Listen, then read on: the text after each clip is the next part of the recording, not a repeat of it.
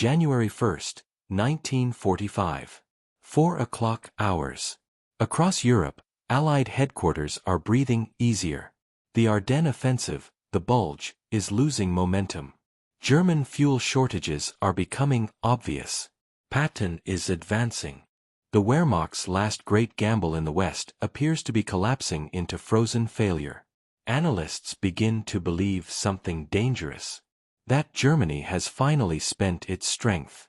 But far to the south, in the snow-choked forests of northern Alsace, that assumption is quietly unraveling.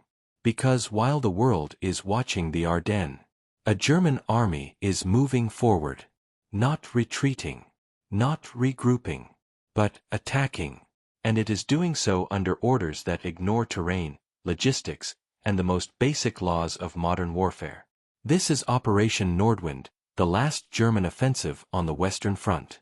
And its enemy is not American courage. It is not American tanks. It is not even American strategy. Its enemy is geography. An offensive the Allies didn't see coming. By late December 1944, Allied intelligence believes Germany has exhausted its reserves. Men, fuel, armor, everything appears committed in the Ardennes.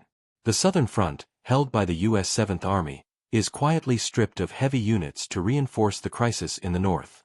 On paper, it makes sense. In reality, it creates an opening.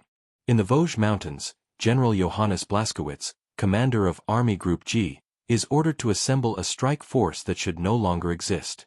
Veteran infantry divisions, elite SS mountain troops, elements of the 21st Panzer Division, equipped with late-war Panther tanks rushed directly from German factories.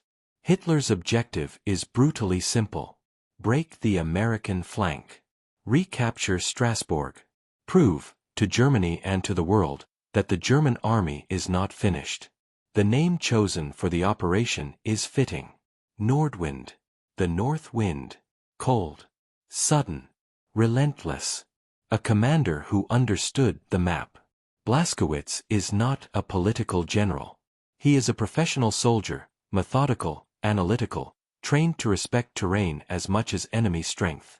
When he studies the operational map, he does not see opportunity. He sees warning signs. The Vosges Mountains are not rolling hills. They are steep ridgelines cut by ravines, dense forests, and narrow roads built centuries earlier for carts and timber, not armored columns. Snow conceals ice. Ice turns roads into traps. A single disabled vehicle can halt an entire formation. Blaskowitz sends warnings to higher command. The terrain will neutralize armor. The roads cannot support sustained tank movement. Fuel consumption will exceed calculations. He recommends cancellation.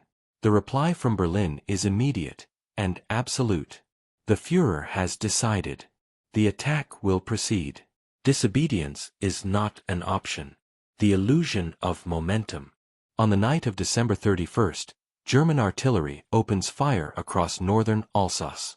In the early hours of January 1st, 1945, Operation Nordwind begins. For the first 48 hours, it appears to work. American units, stretched thin and under strength, are hit hard. Defensive lines bend.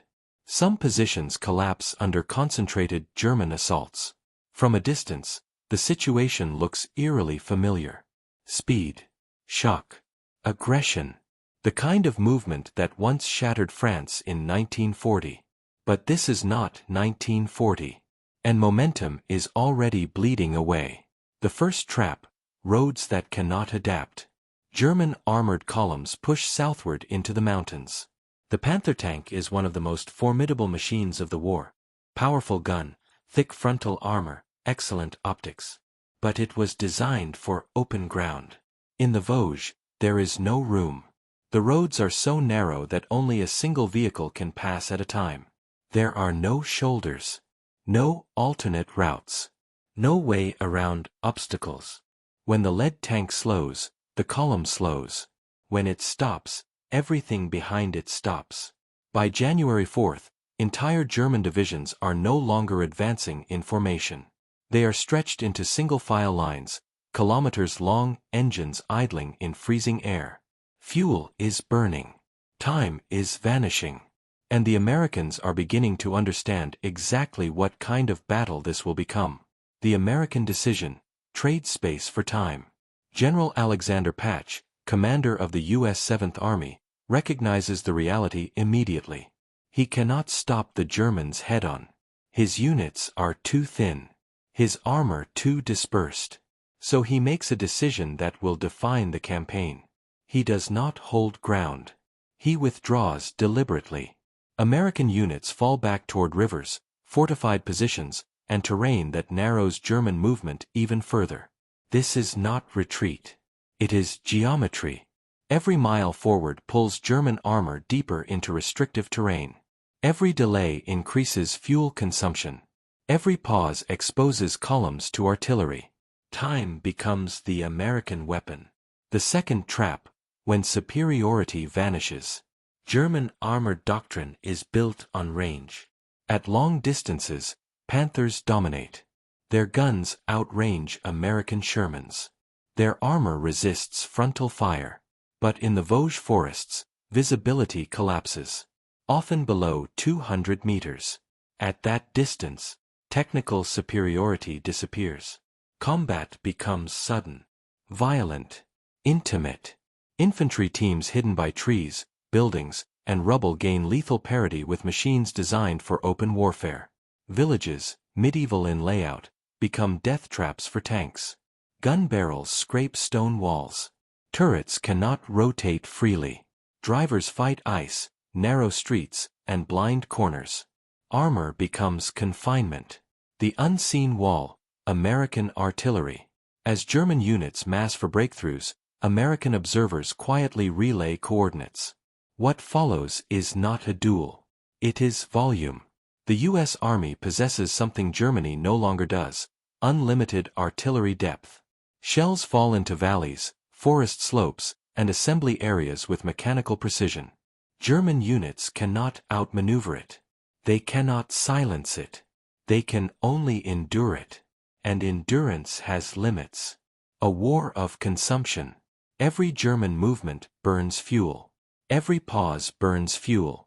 Every hour engines idle in freezing conditions consumes reserves that cannot be replaced.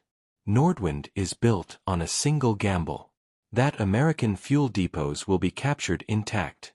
Until that happens, every kilometer forward is a calculation against an emptying tank. By mid-January, that calculation turns fatal. Entire armored units are present, intact, armed, manned, but powerless. Engines fall silent. Not from damage. From emptiness. The question that ends Part 1. By January 20th, the offensive has slowed to a crawl. German commanders report an impossible contradiction. They still have soldiers. They still have tanks. They still have ammunition. But they can no longer move. The Vosges Mountains have done what no Allied counterattack alone could achieve. They have absorbed momentum. And now, one final question hangs over the battlefield, a question Berlin cannot answer and the Allies are only beginning to understand. If an army cannot advance, and cannot retreat, what happens next? Late January 1945. Northern Alsace. The German offensive has not collapsed in flames. There is no dramatic breakthrough, no decisive counterattack, no single moment of catastrophe. Instead, the battlefield grows quiet. On German situation maps, arrows that once pushed westward now stop abruptly, frozen in forests, valleys, and narrow mountain roads. Orders are still issued. Radios still crackle. Units are still present. But the offensive no longer responds. Operation Nordwind has reached the most dangerous condition an army can face: immobility. An army that can no longer maneuver. By January 20th, German commanders are reporting a strange and fatal contradiction. They still have men. They still have tanks. They still have ammunition. What they no longer have is movement. Panther tanks, among the most advanced armored vehicles of the war, sit motionless beneath snow-covered trees and along frozen roads. Their guns are operational. Their armor intact.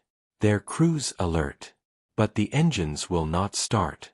Fuel calculations, already strained by cold weather and terrain, have collapsed entirely. The offensive was built on a single assumption, that American fuel depots would be captured before German reserves ran out. That assumption is now mathematically impossible. Nordwind was launched with fuel calculated only for success. Failure was never budgeted. The moment initiative dies. In war, initiative does not vanish suddenly. It fades. German commanders begin to understand that they can no longer reposition units. They cannot reinforce threatened sectors. They cannot withdraw armored elements before American artillery locates them. Orders are issued, but nothing moves. The battlefield stops obeying command. This is not defeat by enemy brilliance. It is defeat by physics. The U.S. 7th Army recognizes the shift immediately. American patrols stop hunting German armor. They move around it. Artillery observers mark immobile tanks as fixed targets. Fire missions become routine, precise, methodical. German armored warfare, once built on speed and maneuver, has been reduced to static survival. Pressure without risk. By late January, the Americans no longer need bold maneuvers. There are no sweeping counterattacks. No dramatic tank duels. American infantry advances cautiously, supported by artillery that fires on demand. German armor that cannot move does not need to be destroyed quickly. It only needs to be isolated. Shell by shell. Day by day. German tank crews face a brutal reality. Staying inside an armored vehicle that cannot escape is no longer protection, it is a trap. One by one, crews abandon their machines and retreat on foot. The most advanced tanks in Europe are left behind intact, useless, defeated not by enemy fire but by empty fuel tanks. The end of Operation Nordwind. On January 25, 1945, the order arrives. Operation Nordwind is terminated. The offensive has failed. Casualty figures tell only part of the story. Approximately 22,000 German casualties. Roughly 14,000 American casualties. But the true cost is not measured in numbers. It is measured in capability. Germany has lost its final mobile reserves in the West. The panzer formations consumed in Alsace will not be rebuilt. The fuel expended cannot be replaced. The experienced crews lost cannot be retrained in time. The Western Front is no longer contestable. What Germany truly lost. Nordwind was Germany's last opportunity to influence the course of the war in Western Europe. Those armored divisions were meant to defend the Rhine, to contest Allied crossings, to delay the invasion of Germany itself. Instead, they were consumed by terrain. When Allied forces cross the Rhine weeks later, German resistance is fragmented, underpowered, and largely immobile. The defensive depth that might have slowed the Allies simply no longer exists. Nordwind did not just fail. It removed Germany's final options. Blaskowitz understood the truth. From the beginning, General Johannes Blaskowitz had understood what Berlin refused to accept. He saw it in the maps, in the road widths, in the fuel tables. By 1945, war was no longer decided by courage or determination. It was decided by systems. Hitler believed willpower could replace logistics, that ideology could override geography, that resolve could substitute for fuel. Operation Nordwind proved that none of this was true. The war had changed. By the final year of World War II, warfare had become an equation. Industrial capacity times logistics divided by terrain equals outcome. The United States did not need superior tanks.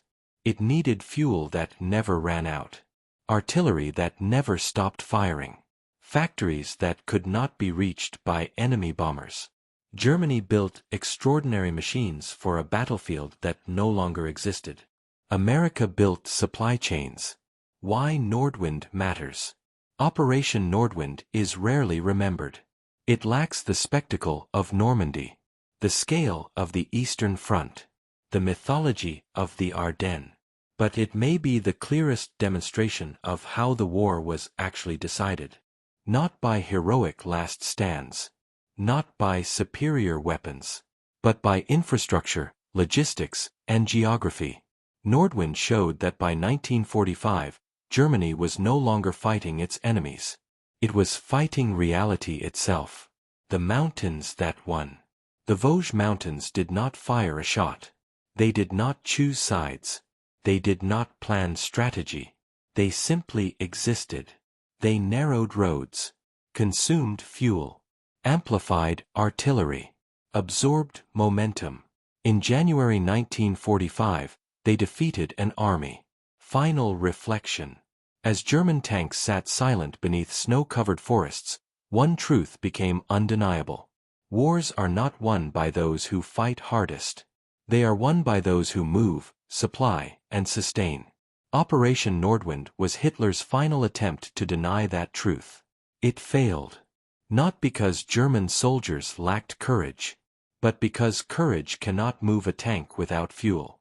Closing narration.